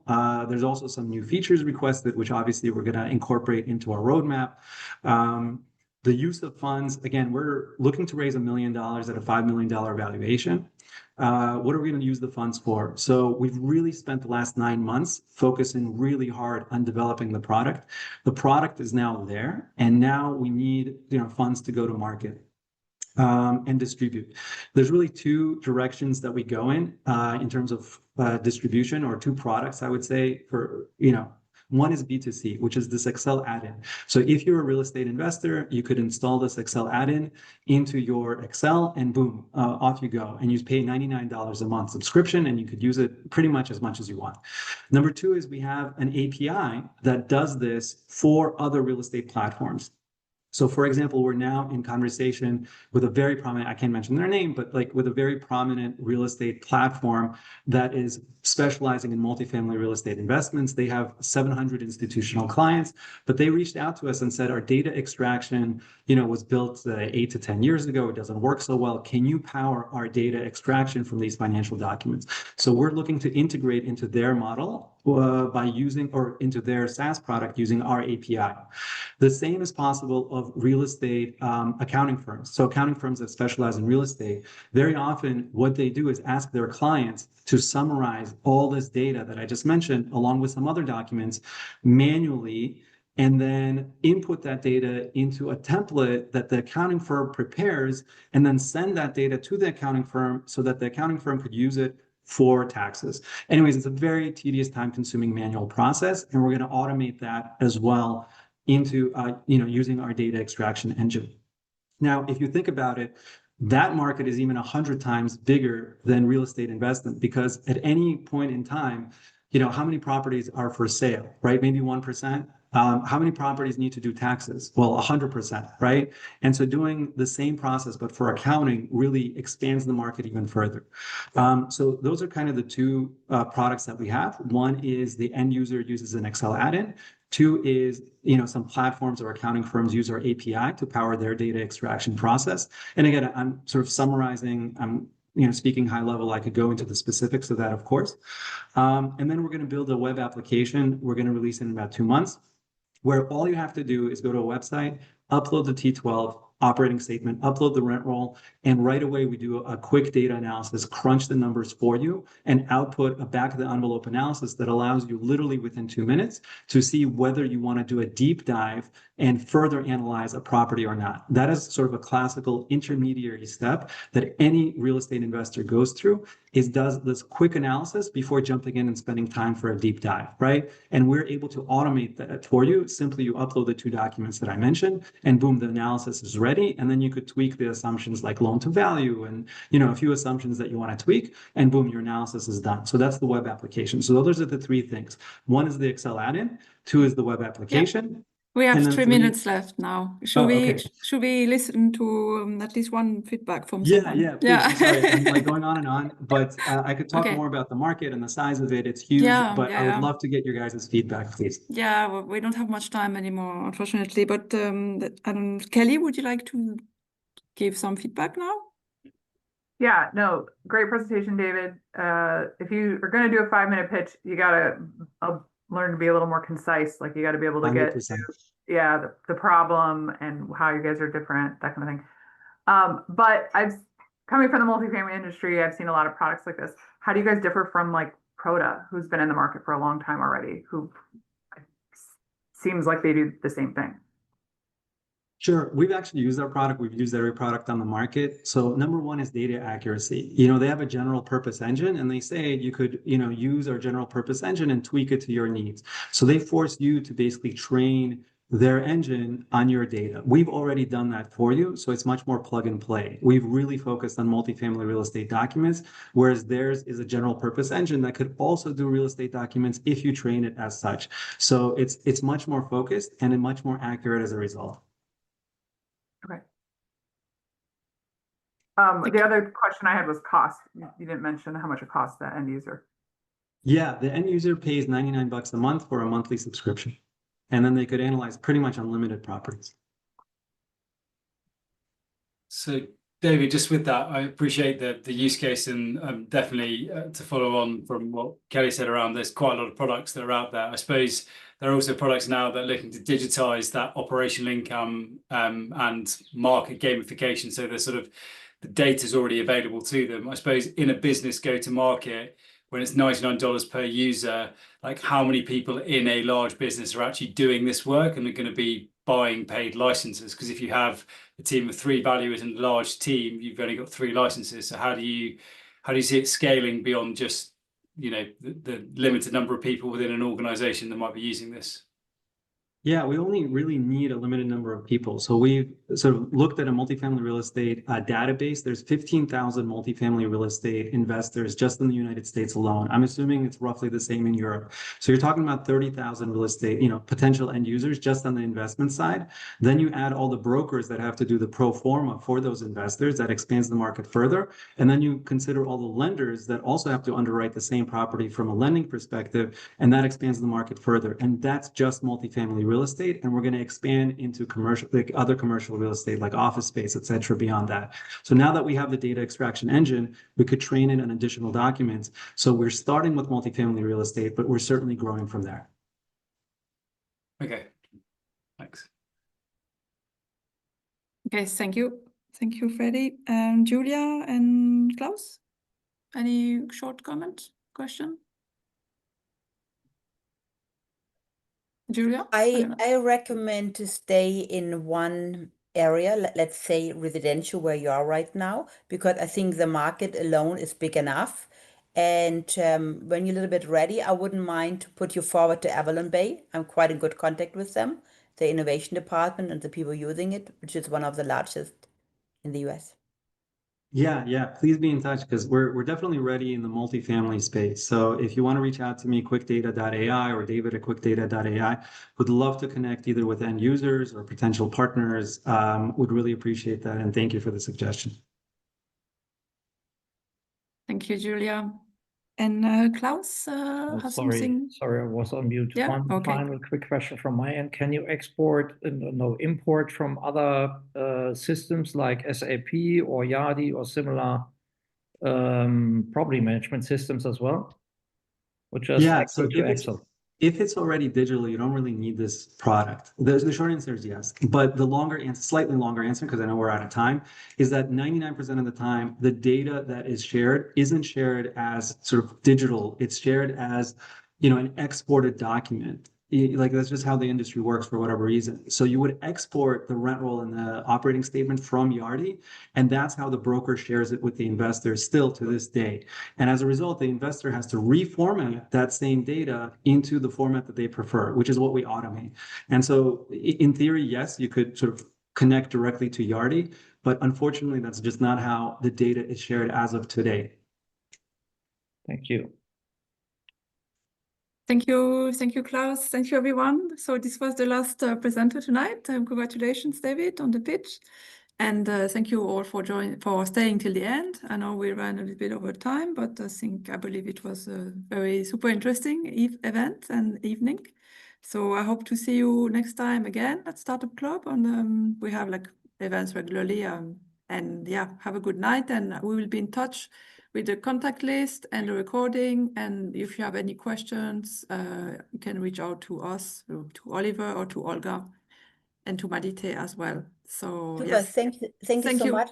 One comment from my side. I would recommend that it makes it peep, you know, because sometimes the founders are so much into it so that they really can use the time for the feedback of the jury.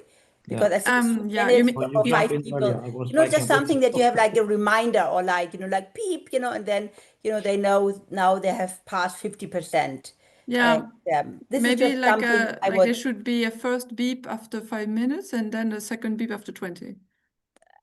It's just like recommend. I would do the first one after 10 minutes, just to make clear, because as a founder, you're passionate about it, and you sometimes don't look at the clock, and it just would be a shame because having this feedback and the questions, I think gives a lot more value. I mean, Yeah, I think recommendation. thank you for the feedback. I think that would be good, like after 10 minutes and then after 20. And yeah, that's thank you. Yeah, That's how I would do it. Yeah, thank you. Sure. All right, I hope to see All you the best. next Stay time. healthy. All the best. Bye-bye. Bye-bye, everyone. Bye.